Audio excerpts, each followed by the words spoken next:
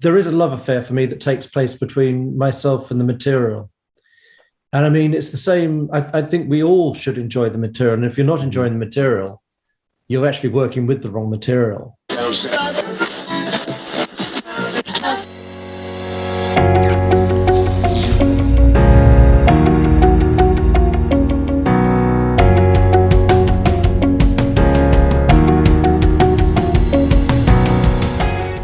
We're not going to start yet. No, I need a kiss first. Bye.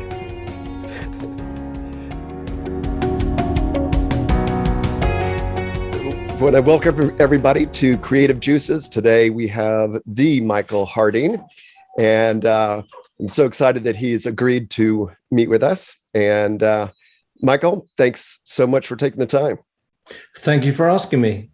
So a funny story is that I was at the Portrait Society of America's conference, and I do what I normally do at all these conferences. I go straight to the MichaelHarding booth and drool over the paint. And I was doing that week, and I looked to my left. There was a gentleman standing there, and I looked at his name tag, and it said MichaelHarding.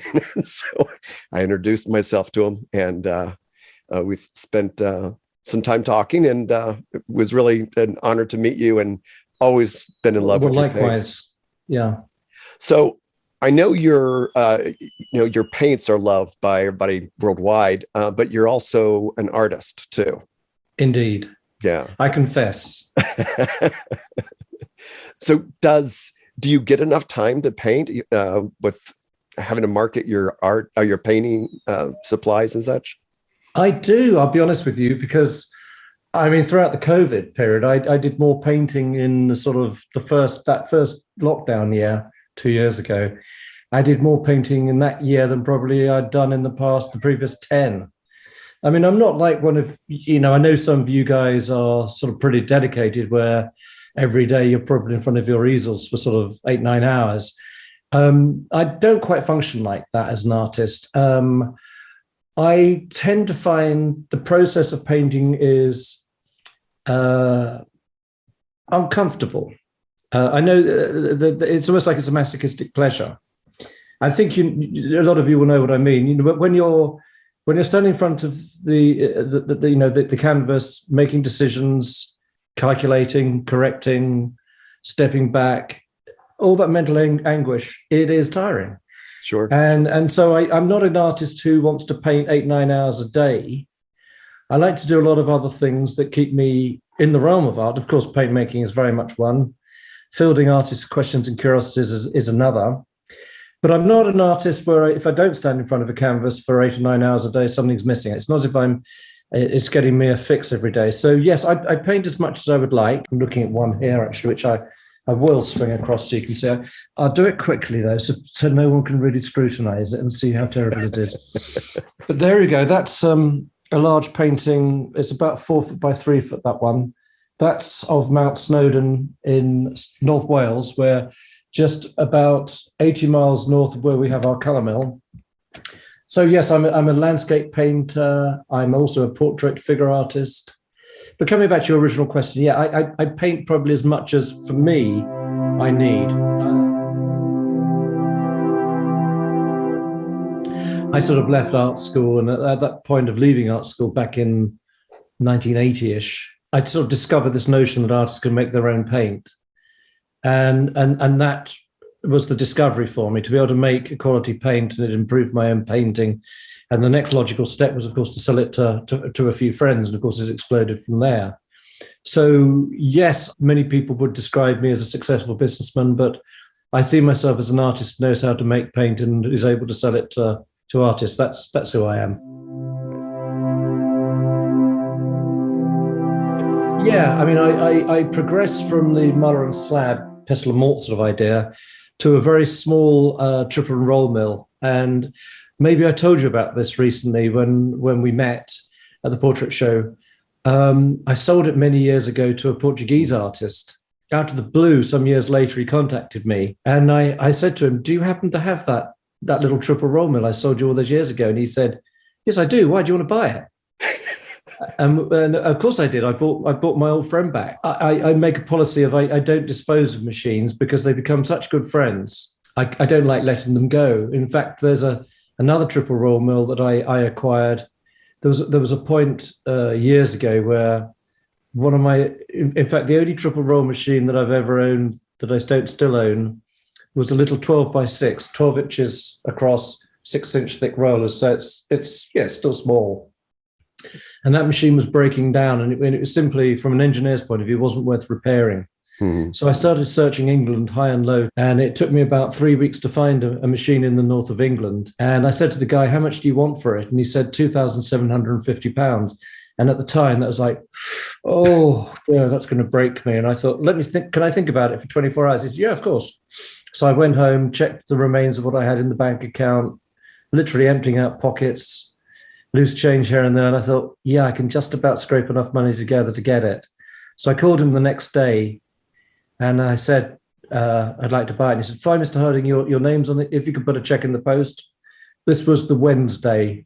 On the Saturday, and this is no word of a lie, I played our national lottery. And I know you're all thinking now, he's going to tell us that he won 10, 20, 30 million. No. Bearing in mind the machine was 2,750, I won £2,722. And that was 3 days after I had sent the check. And it was just like, my accountant saw it in our ledgers, our books. And he said, hang on a minute, you got these around the wrong way. It's showing that you won the money from the national lottery and the cost of the machine, but they're obviously around the wrong way. I said, no, they're around the correct way. I paid for the machine and then won the money. And he said, I can't believe it. And I was jokingly say, I don't understand why I was £28 short. Whoever was watching over me, why didn't I win enough to pay for it? So I was £28 short. That's the joke of it. We have one location in South Wales in a little town called Cambran, and that's just about 4 miles north of a seaport called Newport. And we're on the edge of the Brecon Beacons, which is a very, very picturesque. Wales has got these contrasts. It used to have heavy industry, steel and coal, and it's on the edge of beautiful countryside of the Brecon Beacons. Wales is gorgeous. If you ever get an opportunity to come to England, make sure you get to Wales. Yeah, I spend half my time in the UK at the colour mill, half my time in the US. I have an American wife, so hence being here rather a lot. And I've got a great team of guys who I've trained up, and I'll be honest with you, I enjoy being there with them, making paint, solving problems, more than, I have to confess, probably doing the art shows. I normally go, well, I'm actually colorblind, so it doesn't make any difference, which is one joke. No, it's usually the color I've been making, because when I'm involved with a particular color and I get up to my elbows in it, I'm sort of enjoying it. It's like being the chef in the kitchen, tasting the sauces, although don't taste paint. There is a love affair for me that takes place between myself and the material. And I mean, it's the same. I think we all should enjoy the material. And if you're not enjoying the material, you're actually working with the wrong material. We're coming up to our 40th year anniversary in a year or so. I'm not one of these guys who beats myself up about getting older. I don't care anything about that. I have vanities, but not vanities around that. And I hope I'll be having similar conversations with you in another 20 or 30 years. Absolutely.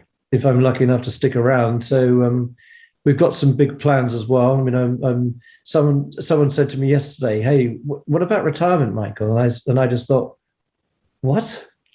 What? I was sort of like, you're asking a man of my tender years about retirement.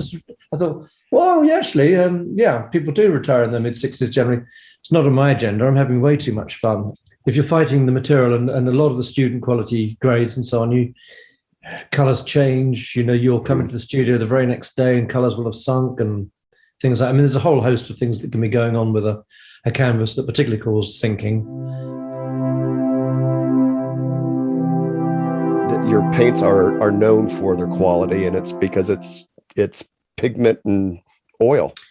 Yeah, I mean, it's pigment oil and a little bit of wax in most cases. Some of them you don't have to have a little bit. You have to have, for those of you who don't know, if you think about it, pigments tend to be heavy, so they tend to sink within the oil. So a little bit of wax keeps them incorporated.